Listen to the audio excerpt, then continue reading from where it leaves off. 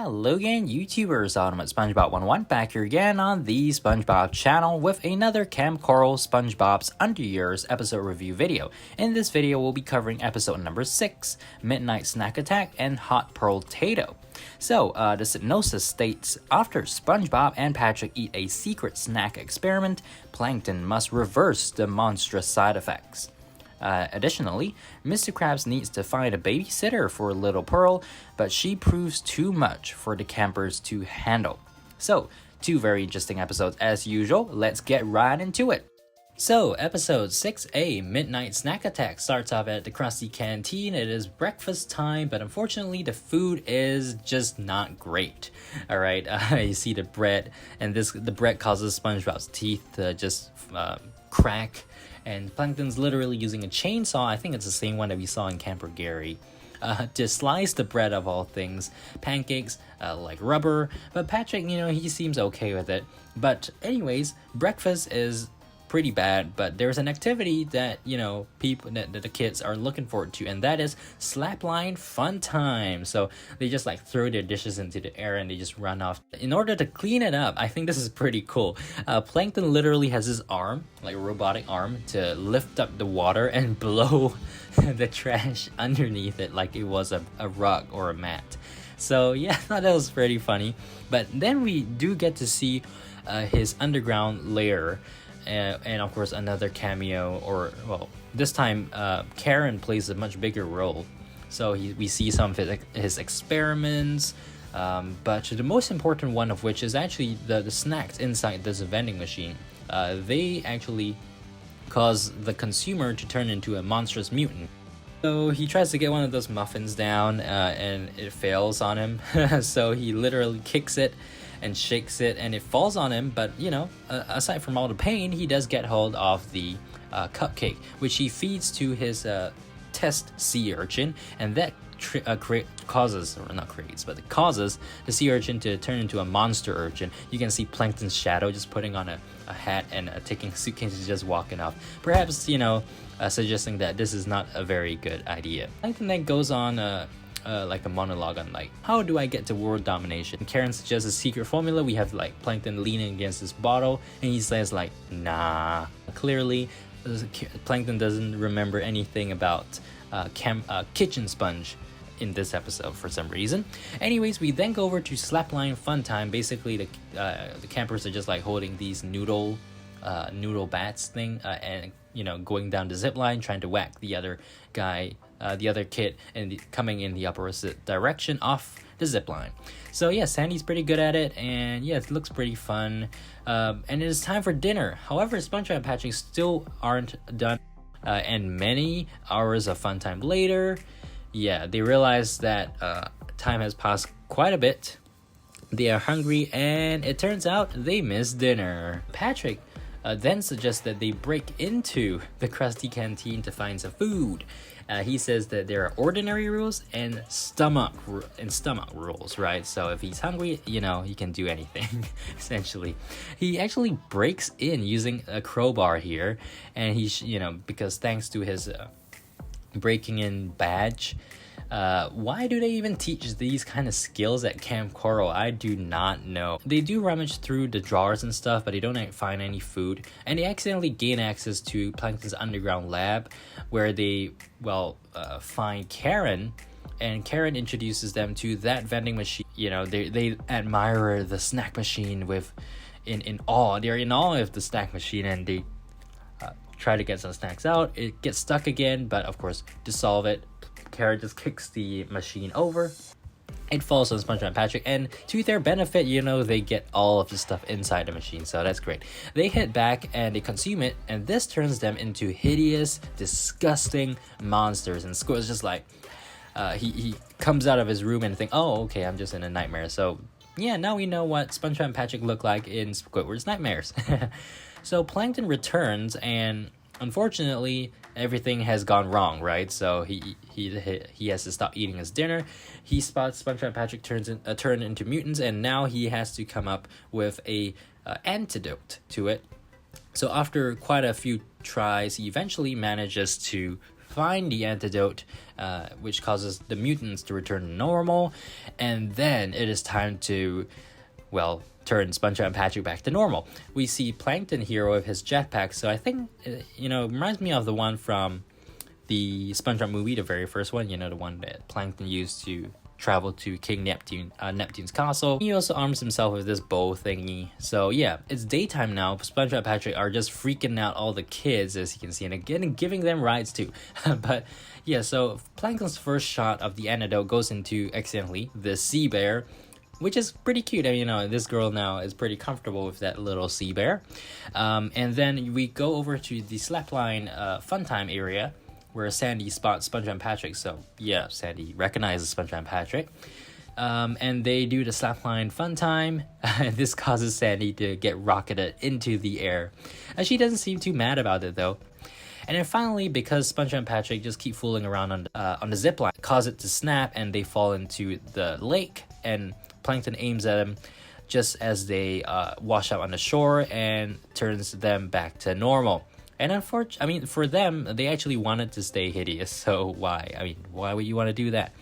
Anyways, this turns out to be a win for Plankton, and he's really happy about it. You can see him putting it in his wins file, and it turns out that his wins file, except for this new win, is literally empty. So this is the first time he ever won, or he ever succeeded in an experiment, which is, kudos to him, I guess.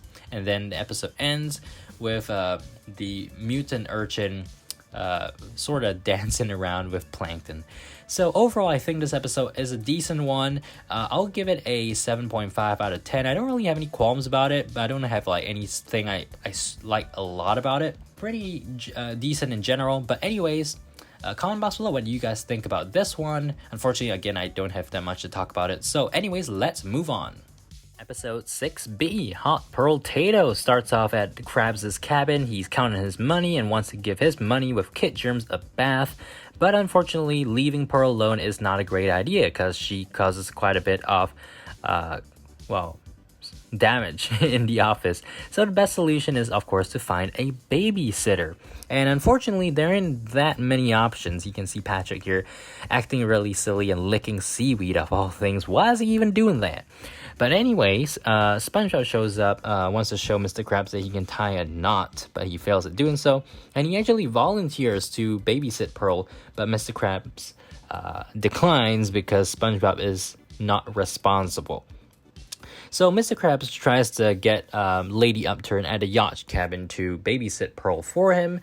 And, he's kind of successful in that, but SpongeBob's just still watching, right? So after some issues, Pearl gnawing on Mrs. Upturn's pearl necklace, get it, Pearl? She sends Pearl over to Bubble Bass's cabin. And at Bubble Bass's cabin, they're playing Escape from Mom's Basement, which I'm pretty sure has been mentioned in the main series as well. And we see this board game. It looks like the Bubble Bass's future basement, essentially. So yeah, pretty cool. And Bubble Bass takes possession of Pearl, and he lets Pearl play along as well. Pearl actually rolls a the highest number, I think 20. And then unfortunately, the game is cut short because Pearl needs to go to the potty. And this causes a couple of flooding issues in the cabin, unfortunately.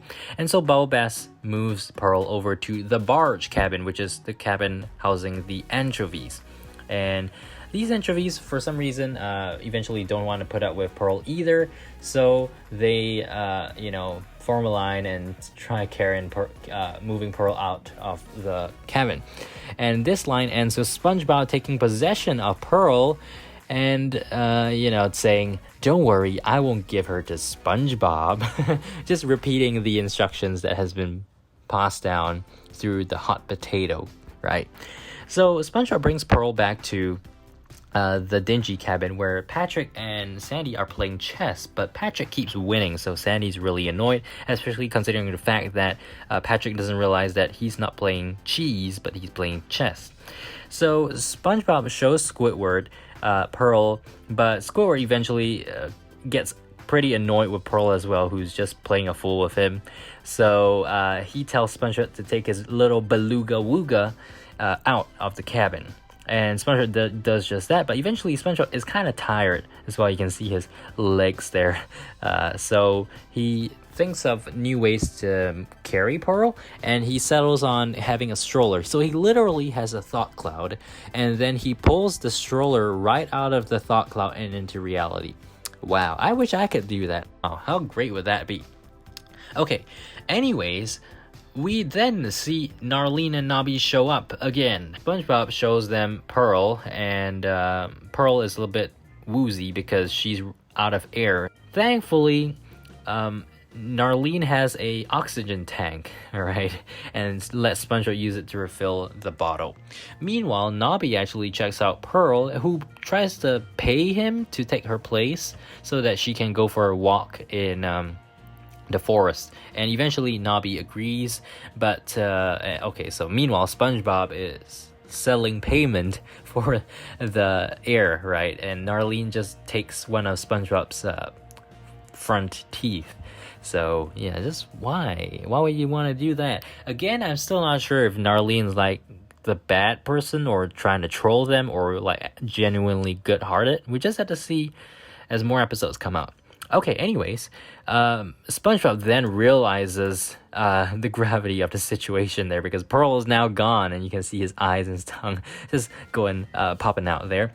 SpongeBob returns to the dingy cabin to seek help, but of course Sandy and Patrick are still busy. SpongeBob's not going to get help from them, and then he cries out to Squidward, who's sculpting a sculpture of his own head, and Squidward is nonchalant about it until the statue literally whacks him, and he realizes as well the gravity of the situation. So they both go out to hunt for Pearl using Squidward's clarinet music, and after quite a bit of traveling, they do end up on this mollusk. They spot Pearl, try to give her the air bottle, but the mollusk noticed SpongeBob and Squidward, so picked up SpongeBob and Squidward and used them as paddle balls.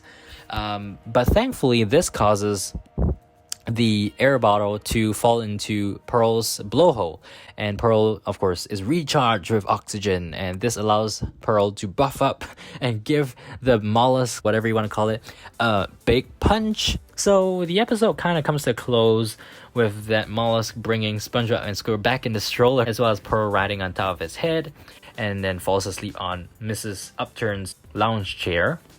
Mr. Krabs just shows up, gives Mrs. Upturn the babysitting badge, which is not very fancy, but and still tells SpongeBob and Squidward to be more responsible, even though they were the ones who kind of were doing the hard stuff, right? So yeah, the episode ends with Patrick running in the background with the chessboard, and Sandy following close behind. Clearly, Patrick has just won another game, and that continues the losing streak for Sandy. So overall, I thought this episode was pretty cool. First up, just quickly want to touch on the random thing about Patrick and chess. So it turns out Patrick is great at chess. Isn't that great? And of course, character development for Pearl, right? So that's great. The only thing I didn't like, of course, is, SpongeBob and Squidward, especially SpongeBob, was not rewarded for his hard work and dedication to babysitting.